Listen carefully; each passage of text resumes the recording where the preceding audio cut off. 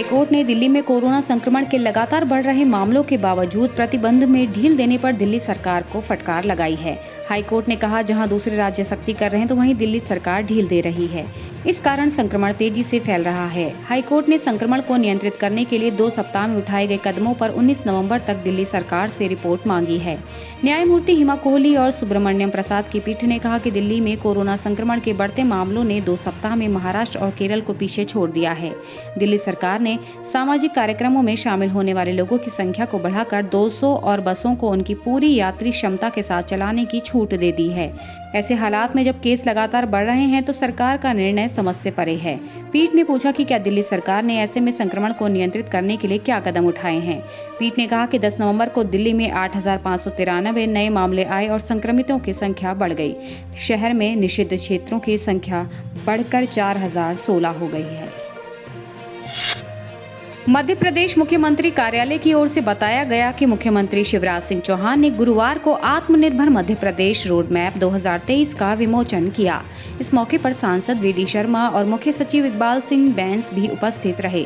शिवराज सिंह चौहान ने प्रदेश के 20,000 हितग्राहियों को मुख्यमंत्री ग्रामीण स्ट्रीट वेंडर ऋण योजना के तहत ऑनलाइन 20 करोड़ रुपए का ब्याज मुक्त ऋण बांटा। आत्मनिर्भर मध्य प्रदेश रोड मैप के बारे में बात करते हुए सीएम ने कहा, प्रधानमंत्री नरेंद्र मोदी हमारी प्रेरणा हैं। उन्हीं की प्रेरणा से हमने ये आत्मनिर्भर मध्य प्रदेश रोड मैप तैयार किया है। मध्य प्रदेश हमारा मंदिर है और उसमें रहने वाली जनता ही हमारी भगवान है। इसलिए मध्य प्रदेश को जनता के लिए बदलना है। इसके अलावा उन्होंने कहा कि आत्मनिर्भर मध्य प्रदेश में अधोसंरचना का विकास है। इसका मुख्य फोकस बिजली, सड़क, पानी, खेती, गरीब का कल्याण, शिक्षा, स्वास्थ्य, सुशासन, अर्थव्यवस्था और रोजगार पर है। न्यायिक हिरासत में 1 सप्ताह जेल में गुजारने और सुप्रीम कोर्ट से जमानत मिलने के बाद फिर से न्यूज रूम पहुंचे अर्नब गोस्वामी ने उद्धव ठाकरे पर हमला बोला। रिपब्लिक चैनल में अपने सहकर्मियों से घिरे गोस्वामी ने कहा, उद्धव ठाकरे सुन लो मुझे, आप हार गए। उन्होंने एक इंटीरियर डिजाइनर को कथित तौर पर खुदकुशी के लिए उकसाने के 2018 के मामले में अपनी गिरफ्तारी पर मुंबई के पुलिस आयुक्त परमवीर सिंह को भी आड़े हाथों लिया। गोस्वामी ने कहा कि तलोजा जेल में उनसे पुलिस 3 दौर की पूछताछ करती थी। उन्होंने कहा कि उद्धव ठाकरे, आपने मुझे एक पुराने फर्जी मामले में गिरफ्तार किया और मुझसे माफी तक नहीं मांगी। उन्होंने कहा, खेल अब शुरू हुआ है। गोस्वामी ने कहा कि वह हर भाषा में रिपब्लिक टीवी शुरू करेंगे और अंतर्राष्ट्रीय मीडिया में भी उनकी उपस्थिति है। फिर से गिरफ्तार होने की आशंका व्यक्त करते हुए गोस्वामी ने कहा कि मैं जेल के अंदर से भी शुरू करूंगा और आप कुछ नहीं कर पाएंगे। गोस्वामी ने अंतरिम जमानत देने के लिए शीर्ष अदालत का आभार जताया। ब्रिटेन के प्रधानमंत्री बोरिस जॉनसन ने बुधवार को संसदीय सत्र के दौरान पाकिस्तान से वहां की जनता के मौलिक अधिकारों को गारंटी देने की मांग की है।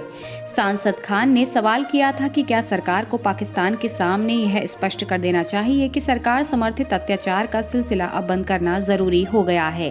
पाकिस्तान में अल्पसंख्यकों के खिलाफ अत्याचार और जुल्म का सिलसिला जारी है और दुनिया के तमाम देश इससे अवगत हैं।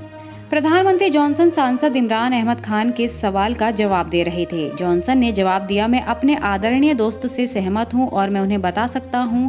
इसलिए ही दक्षिण एशिया के मंत्री ने हाल में इस मामले को पाकिस्तान के मानवाधिकार मंत्री के समक्ष उठाया और हमने पाकिस्तान सरकार से आग्रह किया कि वे अपनी जनता के मौलिक अधिकारों की गारंटी लें। अहमद खान ने संसद को संबोधित करने के दौरान कहा कि जब देश में कोविड-19 के खिलाफ जंग जारी है तो इसमें मानवीय अन्यायों को भी नजरअंदाज नहीं करना चाहिए और अल्पसंख्यकों के खिलाफ हो रहे जुल्म और अत्याचार को बंद करना चाहिए।